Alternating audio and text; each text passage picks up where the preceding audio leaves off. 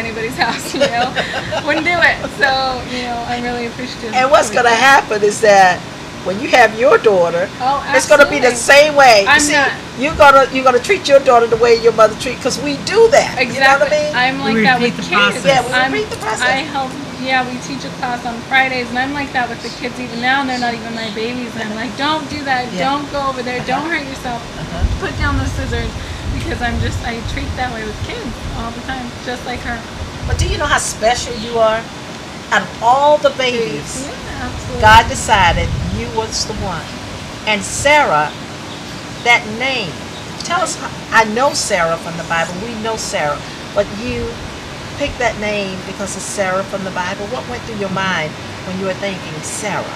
That I was going to be very, very old before I ever got to have a child.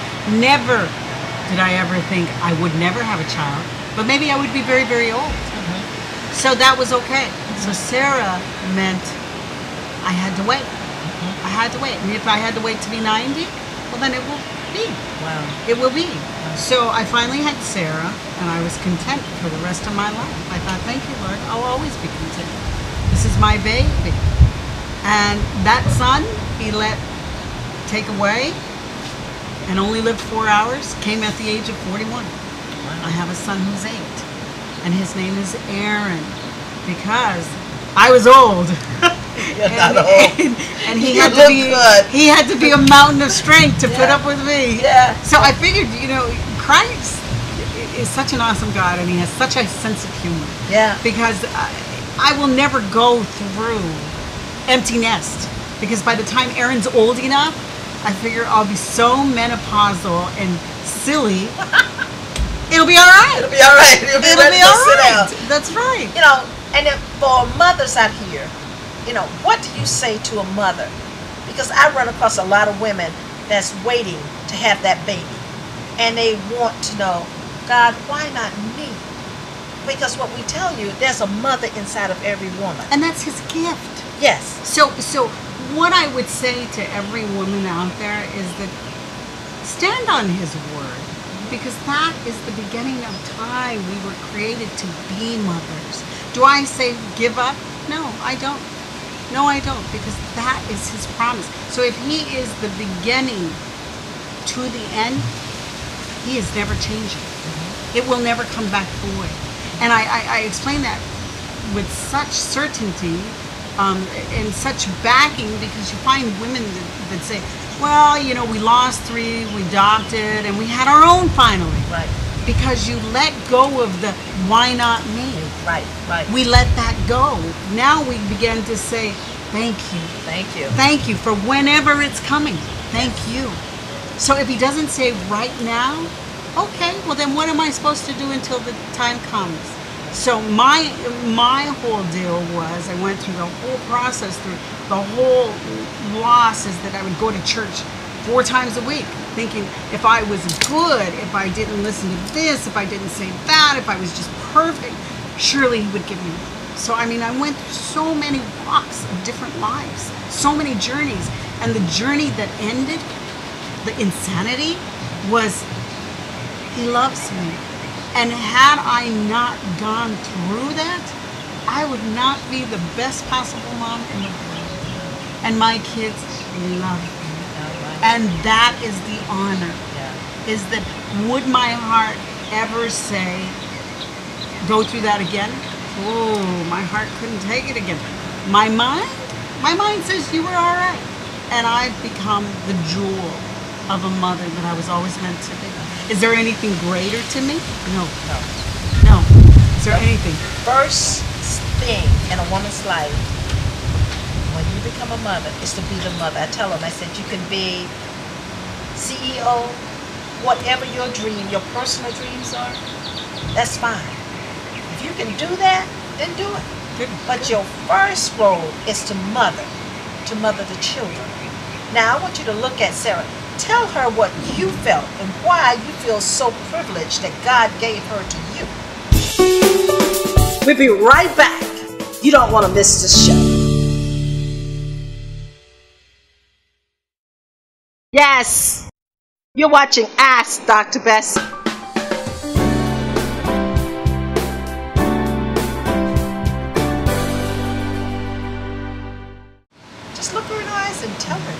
Well, first of all, she's just absolutely gorgeous. She really is. She really is. People tell me all the time today, oh, she looks like your sister. Write it on my back now. I'll take it. What I look at my daughter and what am I most proud of is that she loves God with all her heart, soul, mind, and body. And that is the greatest gift because that came from me. Amen. She is an open book. And I got to fill the pages. I got to walk with her through her life. And I really, really believe that she went through her troublesome teens or whatever. And she was 10. And it was so, Sarah's a very old soul. So I can sit with her and I can tell her my deepest fear, fear to my craziest, wildest happiness. And I know that no one is ever going to take her love from me. Ever. Even in death, she will honor me. Even in life. So how do I let go of this fear of letting her walk outside the door? That goes to the question. And as you were talking, the Holy Spirit was talking to me. And the Holy Spirit said, it goes right back to faith. See, you believe God. Anybody that can believe God through 9 miscarriages, anybody that can believe God through that, and you stood, you had faith. That's the same faith that you got to stand on. You got to know God will not allow anything to happen to that child. He gave her to you for a reason. She's here for a purpose. Let her go. Let her go and do God. She's not here just to serve you. No. She's here because God handpicked her. And the story that you actually saw her and decided, this is my mother, that tells you right there, you don't have to worry. Why would you worry? He gave her to you. You went through what you went through. You learned the lessons. And I'm sure you're much stronger now than you ever was. Because you can't go through 9 children and not be a strong woman. Oh, she almost died at birth. She is smart. I've been around her. She's smart. She loves you so much that she doesn't dare let you know that she wants to go. But my heart is telling me she really wants to have that freedom. She honoring you, you need to honor her. Tell her what you want to tell her because it's in your heart. Just tell her. I don't want to go. I'm just kidding. No, I do at the same time. No, I do. I love you so much. But at the same time, I feel like you are right that I sometimes it's going to make me cry. It's okay. That I don't want to leave, but I know in order for me to be an adult, I do. You know? I can do that for you. I even get Sarah jobs. Because you tried to hold on to her, but I want you to listen. I want you to laugh at this. I want you to listen to her. She's pouring her heart out to her. You want to know how to let her go? Listen to what she's saying from her heart. She wants to go. Because she needs to have a family of her own.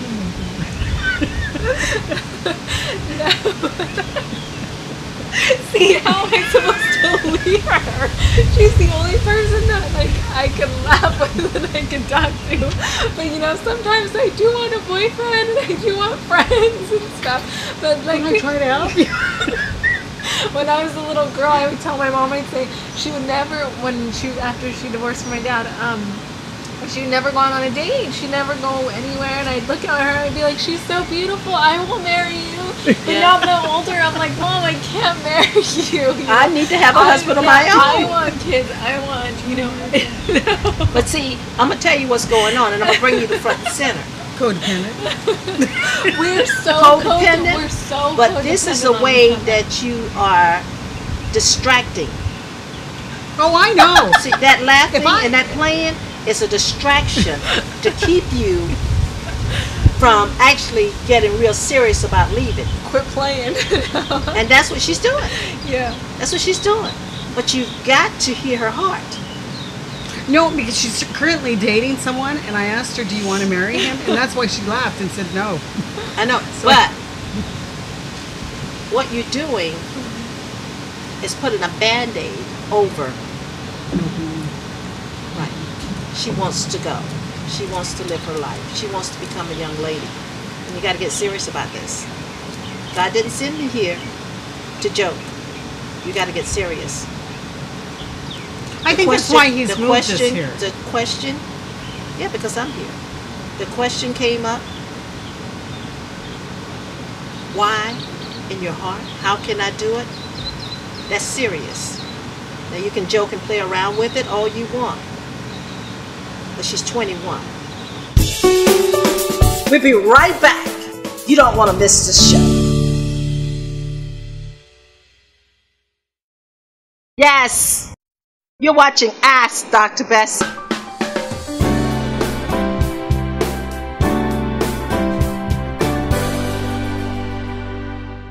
She needs to have her own life. She needs to have her own babies. And you keeping her a prisoner because God has honored you. He gave you your request. Give her hers. You need to give it to her. Let her go. Let her go. That's what you want. Can you do that? Oh, yes. Don't just say, oh, yes, for me now, because I've been around for a moment. No, I can't. Okay. What is it that you want to do? What is the first thing you want to do, Sarah? See, it's more about Sarah now than it is about anything else. Because your mother,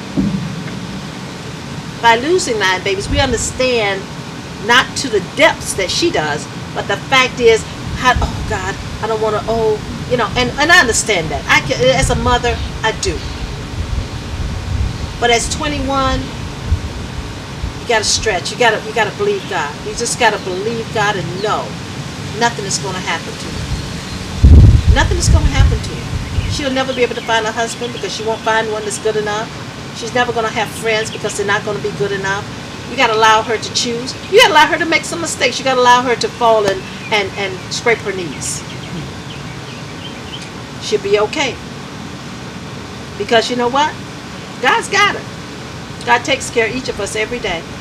And like you say, she's a beautiful young lady. She knows God. And what better person to look after your baby than God? Let her go. Now tell her how you feel about that. Oh, I feel good. I do. And I tell you all the time. Because I can give you advice. That's not what I'm asking you. No, but in the bottom line, you've got to make your own decisions. And you've got to find your own way. And you've got to not hide behind me anymore. And Mama's strong, but you're strong. You know that. Yeah. And you'll find your way. I don't call as much because please let her be okay. But, it's time for you to find your own way. I told you that this morning. It's just scary. It's scary. As long as you call me, text me, do something. I'm ready. I'm ready. I mean, I have these short little panic attacks, but, That's not God. No. That's Satan. That's fear. He's always messing with me. But yeah. But, you can't give him any credit. God's got it. Rejoice. So what would you like to do, Sarah? As far as when I don't know, when I'm leaving. But it doesn't mean you have to pack up your clothes this afternoon and say bye-bye, I'm going. But you need to prepare. You need to start. Yeah, definitely. And start looking for your own place. Right. You need to have your own apartment. Right. That's the first step of freedom. And then it'll grow from there. Right. And that's what I said. That's what we were talking about this morning, is just that I do feel like I need to have my own apartment and go back to school and, you know what I mean, do stuff like that so that I'll have that independence. And that's what I tell her, is that I'm not going to do anything bad, and I'm not going to do anything that's not going to make her proud of me. Right. I'm always going to be there. I'm always going to be the same person. It's just that I won't always have to be right next to her, that I'll be fine, that I'll be okay, that I will listen to all the things that she's told me, and I'm not going to go crazy, I'm not going to go wild, I'm not going to do anything like that. It's just going to be nice not having to always be here, be around, be next to you, It'll be nice. It'll be nice to be by myself, to do things by myself, to have friends, to have everybody else. You know? It'll be nice. Yeah, it would. Because I'll still be taking a part of my mom with me, because she's always with me. Okay.